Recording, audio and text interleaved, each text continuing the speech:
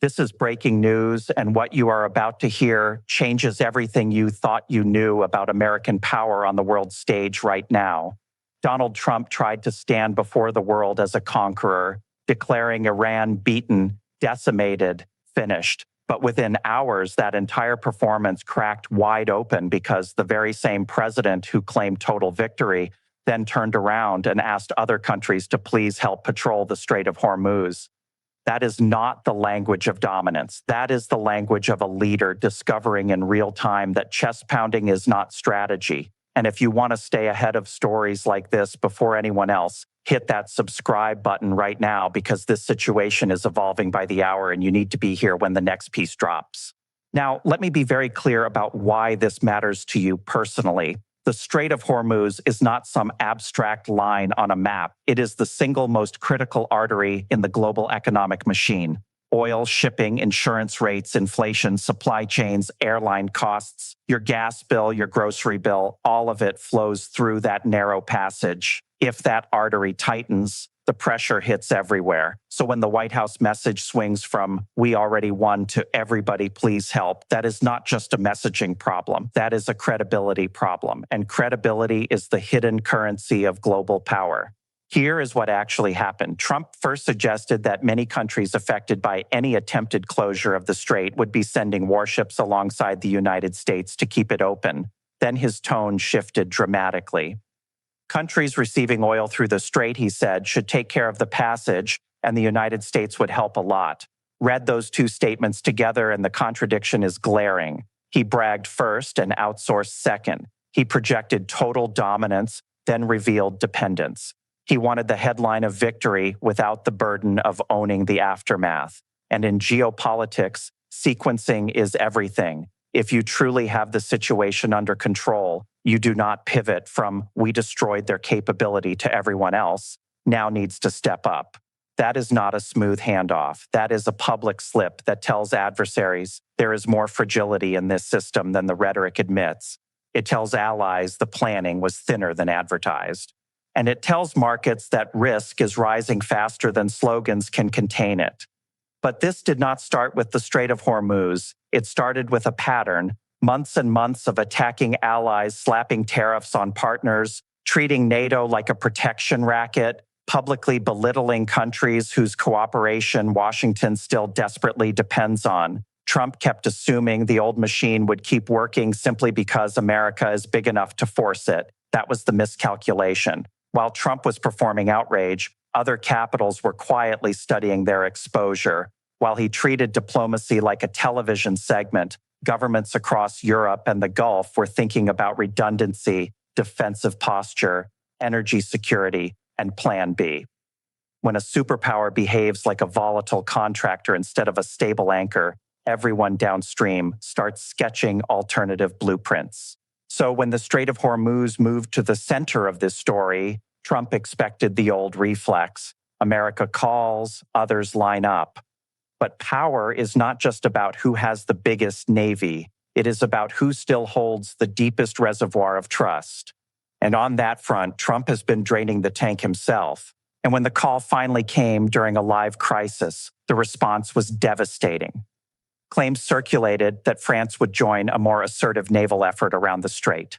A French rapid response account pushed back immediately, stating there was no such shift and that their carrier group posture remained defensive in the Eastern Mediterranean. In plain English, that was a no. Not our mission, not on your terms, not after your improvisation. Allies do not normally rush to publicly cool expectations unless they want distance on the record. That careful language about posture and stability signals reluctance to be pulled into a mission whose objectives, legal basis, and end state are all completely unclear.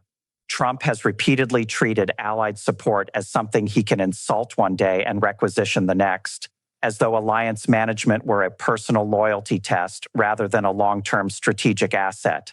But countries remember. They remember the tariffs, the threats, the swagger. So when the crisis call comes in, they answer with hedging, not enthusiasm. And the Gulf is watching too. If you are sitting in Doha, Abu Dhabi, Riyadh, or Kuwait right now, you are asking a brutal question. Is the United States still the security guarantor, or has it become a destabilizing variable you need insurance against? Trump was demanding loyalty from capitals he had already taught not to trust him.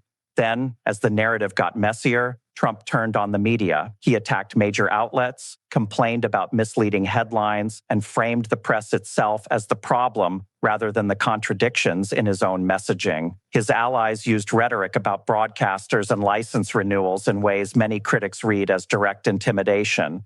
But here is what Trump world keeps missing. Audiences do not disappear when old outlets are weakened. They migrate to independent media. You can pressure institutions, but you cannot erase curiosity. When the battlefield narrative slips, the next target always becomes the messenger. Now step back and look at the contrast, because this is where the real lesson lives. While Trump got louder, the smarter players did something else entirely. They built distance. They used institutions, ambiguity, and quiet hedging. European governments kept military moves limited. Gulf states explored de-escalation. Companies studied shipping risk. Insurers recalculated exposure, not with missiles, not with slogans, but with networks, standards, and redundancy. Trump still approaches power like a blunt object, believing that if he humiliates enough people publicly, they will come running when he needs them privately. But the modern world does not work like that. Others are building bypasses, opening side channels, treating Washington as one node in a larger system rather than the unquestioned center of gravity.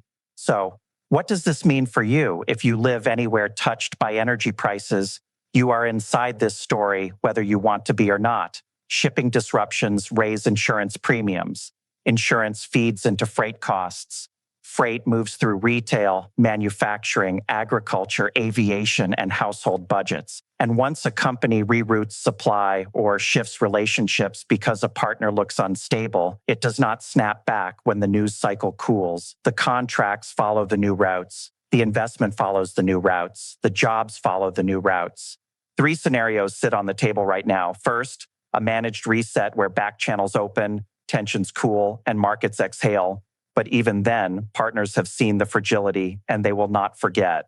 Second, a domino realignment where middle powers hedge more, diversify more, and build regional arrangements, leaving America enormous but no longer the unquestioned axis around which every player automatically turns. Third, the spiral, where Trump hits back harder with more threats, more pressure, more improvisation, deepening fragmentation through a series of shocks that teach every actor to trust the old architecture a little less each time. Whatever happens next, this relationship between Trump's version of American power and the rest of the global network will never be exactly the same again. Even if this crisis cools tomorrow, the lesson has already been absorbed. You never put all your strategic eggs in one basket, and once alternatives are built, they do not vanish. They become the new normal. Trump did not invent every pressure point in the Middle East, but he is remarkably good at taking unstable systems and making them more volatile. The countries now hedging against Washington did not start this story, but they are getting very good at surviving it. The real question now is whether Trump exposed weakness in America's partners or whether he exposed the limits of his own method. And if the world is already building around his unpredictability, what exactly is left of the old claim that only he projects strength?